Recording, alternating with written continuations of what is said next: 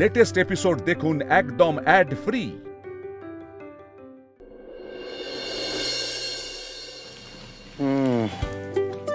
চোখটা বন্ধ করো তো। একটা জরুরি কথা বলছি, এটা আবার কি আবদার?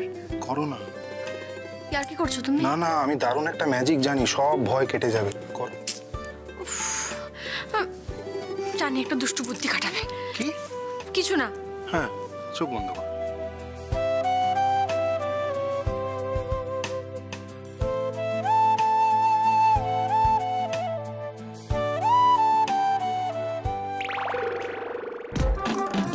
কি হলো এটা? এ বাবা, এত দুষ্টু বুদ্ধি খাটিয়েও শেষমেশ ধপাস। তাই না?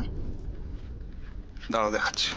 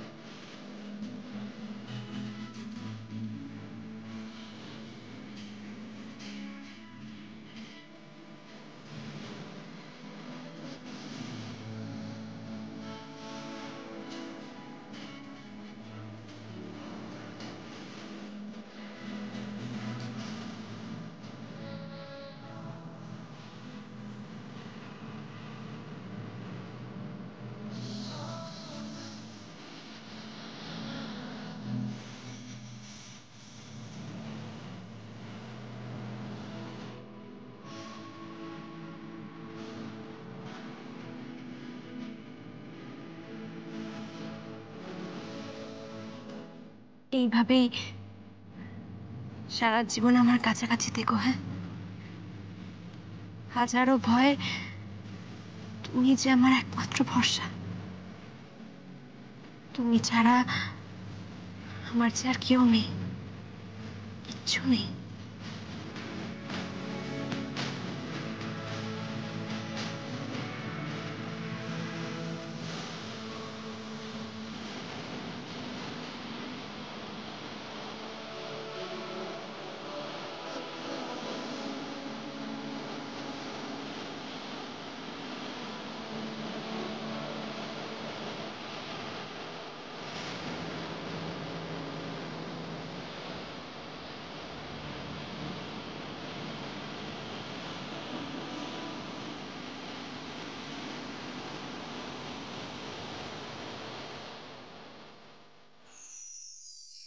জয়, শুভ্র, একবার দাদুমণির ঘরে আয় তো, জরুরি দরকার, তাড়াতাড়ি আয়।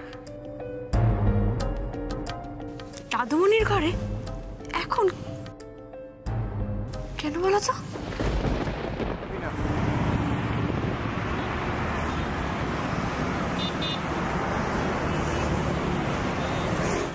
না না, এসবের মানে কি বাবা? এটা কি ইয়ার কি হচ্ছে? আস্তে আস্তে কথা বলো। কেন আস্তে কথা বলবো বাবা? তুমি উইল করছো আর আমাকে জানাবে না কেন? আমি কি তোমাকে দাসখত দিয়ে রেখেছি নাকি? দায়িত্ব তো দিয়েছিলাম, তোমায় আর তোমার ছেলেকে ব্যবসা চালানোর দায়িত্ব দিয়েছিলাম। কম শিক্ষা হয়েছে নাকি? থাক বাবা, তুমি মাথা ঠান্ডা করো। এত চিৎকার চেঁচামেচি করলে তোমার শরীর খারাপ হবে। বড় বৌমা, শরীর আর শরীর, আজ আছি কাল নেই। না বাবা, শোনো শোনো, আমি যাওয়ার আগে একটা কিছু সঠিক বন্দোবস্ত করে যেতে হবে, তা না হলে মরে গিয়েও তো আমি। না দাদুমণি, এসব কি বলছো তুমি? জন্ম মৃত্যুর উপর তো কারোর হাত নেই নাতবু, যেতে তো একদিন হবেই। এখানে এসে এইসব শুনতে হবে জানলে আসতামই না। না না শুভ্র, আমার অবর্তমানে এই বাড়ির মানুষরা যাতে ভালো থাকে সেই ব্যবস্থাটা আমার করে যাওয়া অত্যন্ত জরুরি। ও তাই উইল করতে হচ্ছে, তাও হঠাৎ, কারো কোনো মতামত না নিয়ে। সম্পত্তির মালিক আমি জীবনব্রত চ্যাটার্জি, তাই সিদ্ধান্তটাও আমার। সাম্য কোথায়? এসো না, এসো। দাদুমণি, আসতে লজ্জা পাচ্ছিল, আমি জোর করে বলে নিয়ে এসেছি। এসো সাম্য, বসো বসো। উইলটা শোনা তোমার খুবই জরুরি। কই শুরু করুন। হ্যাঁ হ্যাঁ, এই জীবনব্রত চ্যাটার্জির তার অবর্তমানে এই বাড়ি, ব্যবসা, স্থাবর অস্থাবর সমস্ত সম্পত্তি শুভ্র এবং জুঁইয়ের নামে করে যাচ্ছে।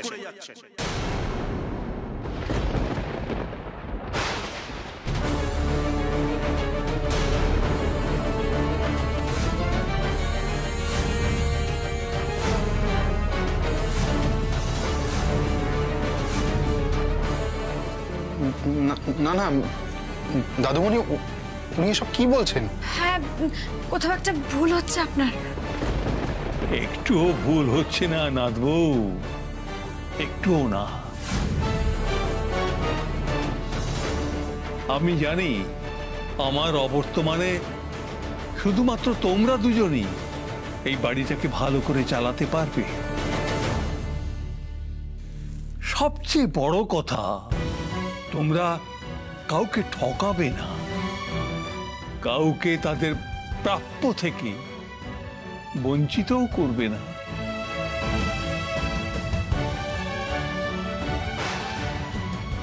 Ridiculous, absolutely nonsense.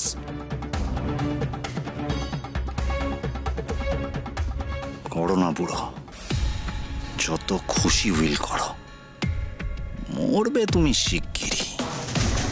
আর শুভ্র যাবে পিছন পিছন। তারপর শুভ্রর নামের সম্পত্তি মানেই তো সবই জনার, আর জনার মানেই আমার। একদম ঠিক করেছো বাবা, একেবারে যথাযথ উইল করেছো তুমি। তুমি চুপ করো। আমি ঠিক এই ভয়টাই পাচ্ছিলাম, এই ভয়টাই পাচ্ছিলাম। নিশ্চয়ই অবিবেচকের মতো কিছু একটা করেছো, তাই আমাদেরকে এই জরুরি তলব। এটা উইল হয়েছে, এটা উইল। আমি, সাম্য, শঙ্খ, রেন্টিন, আমরা কেউ নই। বাবা বাবা, এটা তুমি করতে পারলে? আমাদের এতগুলো মানুষকে তুমি বঞ্চিত করতে পারলে? বঞ্চিত করিনি তো, সিদ্ধান্তটা জুঁই আর শুভ্রর উপর ছেড়েছি।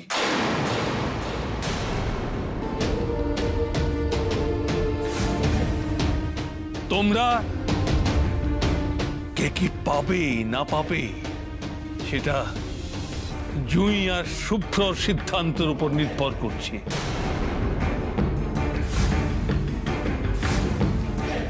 মানে মানে আমার ছেলে কতটা কি ভাগ পাবে না পাবে সেটা এখন জুঁই ডিসাইড করবে? আমি বুঝতে পারছি না। হ্যাঁ, সেরকমই তো বললেন বাবা। ওর 18 বছর না হওয়া পর্যন্ত ওর সম্পত্তির কাস্টাডি ওর কাকা কাকিমা মানে শুভ্র আর জুঁইয়ের কাছেই থাকবে।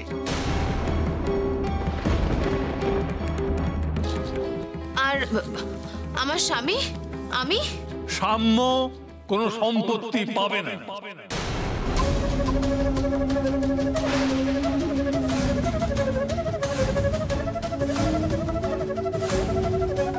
এটা হতে পারে না।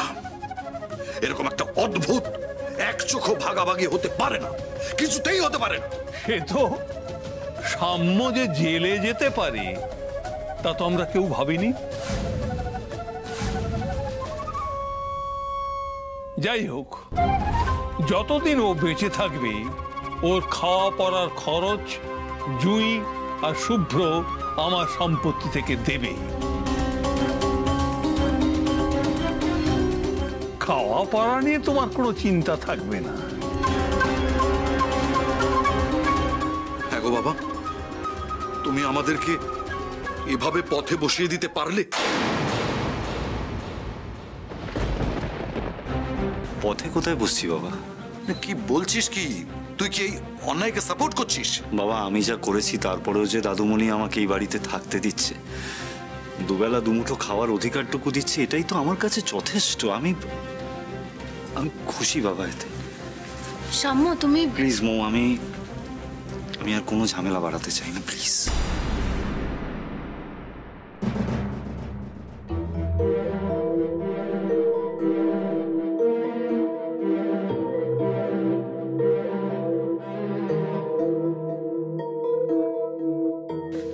আশ্চর্য, এখানে কি হচ্ছে আমার তো মাথায় ঢুকছে না। এসব হাস্যকর প্রহসনের মধ্যে আমি নেই।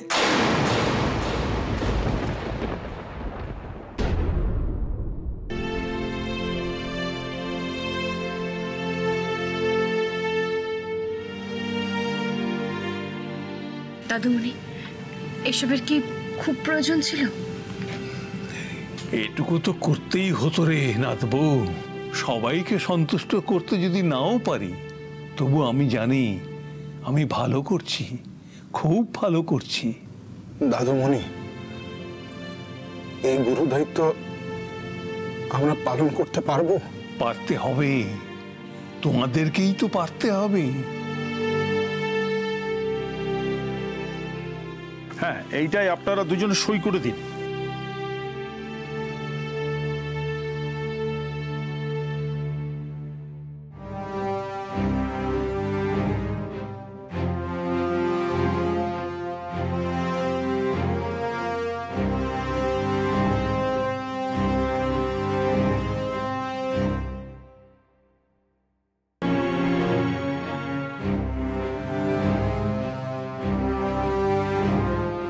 আবেগের বশে কাউকে কিছু দান করে বসো না যেন। যাকে যা দেওয়ার বুদ্ধি করে দেবে। কি কথাটা মাথায় ঢুকেছে তো?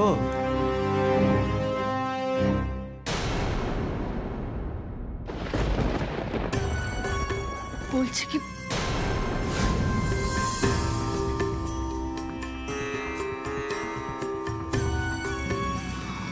আমি 1 মিনিট আসছি। কে কে ওখানে?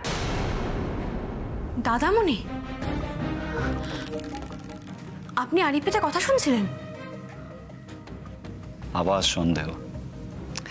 অবশ্য তোমার কোনো দোষ না জুই, আমাকে তো সন্দেহ করবেই এখন। এনিওয়ে, এই রিন্টিনের স্কুলের ফিজের কাগজটা আসলে ওই তোমরাই তো এখন সবকিছু দেখাশোনা করবে, তাই তোমাদেরকে দিতে আসছিলাম। দাদুর সাথে কথা বলছিলে, তাই জন্য আর আসিনি তখন। এনিওয়ে, এটা ধরো, আসি। আপনি কোথাও বেরোচ্ছেন? আমি তো ভুলেই গিয়েছিলাম, আমি তো একজন আসামি এখন। কোথায় যাচ্ছি, কার সাথে দেখা করছি, কখন ফিরবো, কখন আবার বেরোবো, পদে পদে আমাকে সব জবাব দিতে হবে। এনিওয়ে, যখন জানতেই চাইছো তখন কিছু না, আসলে একটা সিভি বানিয়েছিলাম চাকরির জন্য। আসলে ব্যবসায় তো আমার আর কোনো অধিকার নেই জুই, কিন্তু বেকার বেকার তো ঘরের মধ্যে বসে থাকা যায় না, না দম আটকে আসে। আপনি চাকরি করবেন? হ্যাঁ, উপায় কি বলো? কিছু একটা করে নেবো, সেক্রেটারি, বিয়ে, গার্ড, হোয়াট এভার, যা পাবো। একটা রেফারেন্স পেয়েছি, সেই ইন্টারভিউতেই যাচ্ছি, দেখি কি হয়। বিসমিল্লাহ, আসি। হ্যাঁ,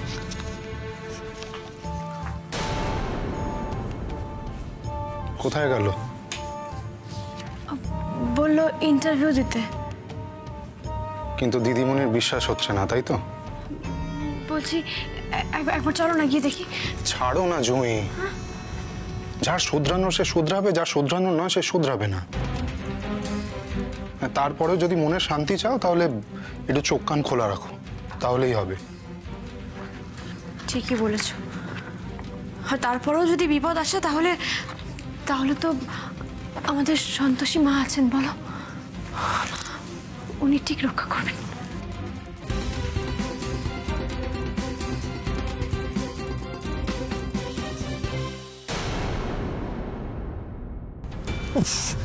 এই জুইটা না পিছনে ছিঁড়ে জোকের মতো পড়ে গেছে।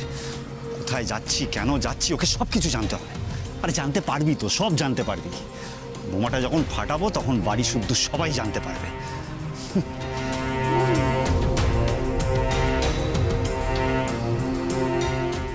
এই জায়গাটাই বলেছিল তো, হ্যাঁ?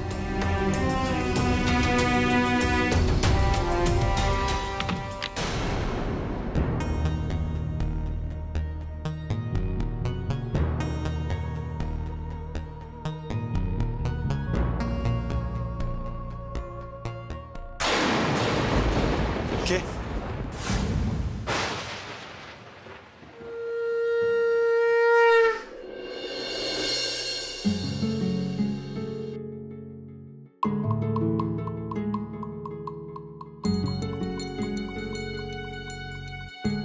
দেখলি গুরুদেব আমাদের কত স্নেহ করেন, এক ডাকে এইভাবে ছুটে চলে এসেছেন। সত্যি তো আজ গুরুদেব মাথার উপর রয়েছেন বলে আমরা এতটা নিশ্চিন্ত দিদি। আশীর্বাদ করি, সুখী হও, দীর্ঘজীবী হও মা।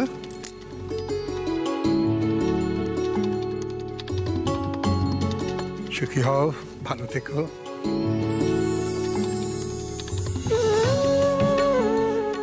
গুরুদেব,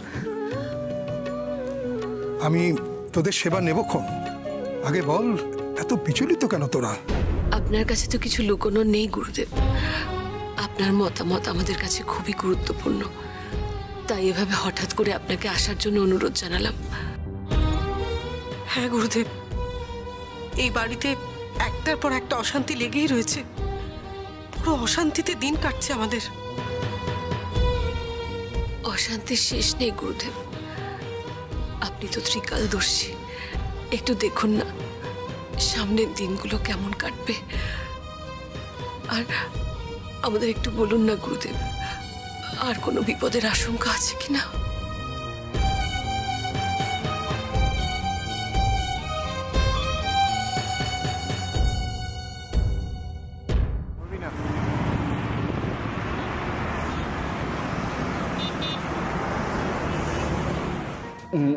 মেরো না আমাকে প্লিজ, দেখো তুমি যেই হও না কেন প্লিজ দেখো আমার কথাটা শোনো ভাই, ভাই ভাই।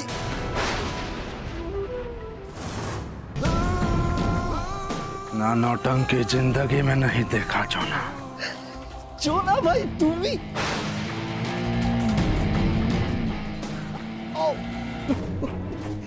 তুমি তো ভয় পাই দিয়েছিলে একটু হলে, আমার ছোট বড় সব একসাথেই। चुप। जो अपने भाई को मेरे रज्जा होते चाहे तो डर भय लज्जा सुरो होता का। हाँ जोना भाई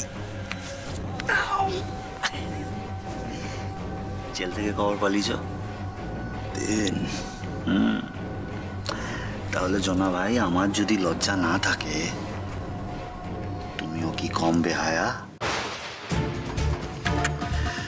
তোমার দোষ নয় জোনা ভাই, তোমার দোষ নয়, সব ये रुपया का खेल है, रुपया। तो बबुआ किधर है रुपया? एडवांस एडवांस ছাড়। গুরুদেব, সবার আগে আমার হাতটা দেখুন। মৃন্ময়ী, তোমার বড় ছেলে বউ না? হ্যাঁ।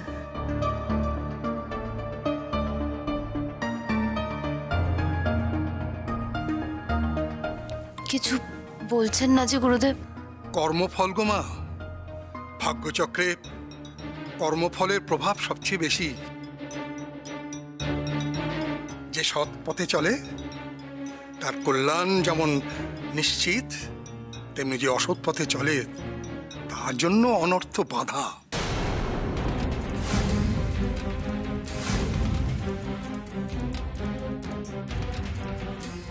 মানে আপনি কি সেরকম কোনো আশঙ্কা দেখতে পাচ্ছেন নাকি? আপনার কাছে তো কিছু লুকোনো নেই গুরুদেব।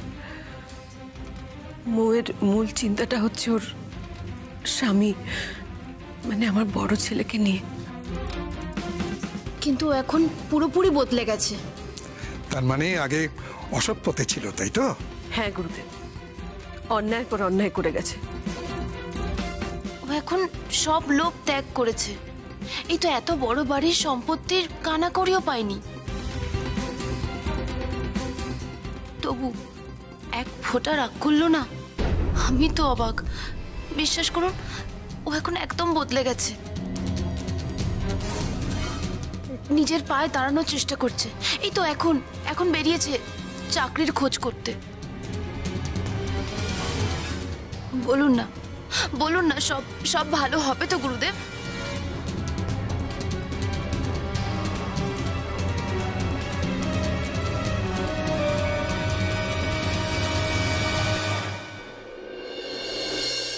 মৌ, গুরুদেবকে আর বিরক্ত করো না, উঠে পড়ো।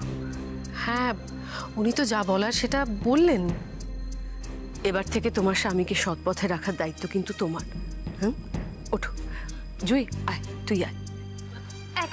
এক মিনিট বলছি, একটু ভালো করে দেখে বলুন না, সব ঠিক থাকবে তো? মৌমনিকে দেখে খারাপও লাগছে। দাদা ভাইয়ের একের পর এক কীর্তির জন্য কেমন একটা হয়ে গেছে দেখো। তবে এদিক থেকে সন্তোষী মার কৃপায় আমার স্বামী ভাগ্যটা বড্ড ভালো। তাই? তারপর ধরো গুরুদেব তোমার হাত দেখে বললেন তোমার স্বামীর 5টা বিয়ে, তখন? পারবেই না, কারণ আমি খুব ভালো করে জানি আমার শুভ্রবাবুর সবটা জুড়ে শুধু আমি আছি। এক্ষুনি আর কিছু বলার নেই, তুমি ওঠো মা। কই রে জুই, আয় তুই।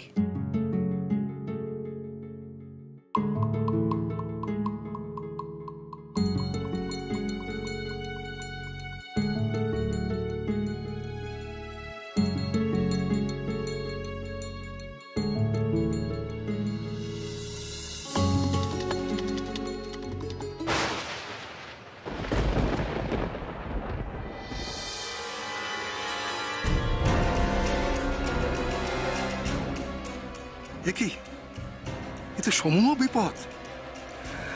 মনে ঠাকুরকে টাকা ছাড়া আর কোনো উপায় নেই।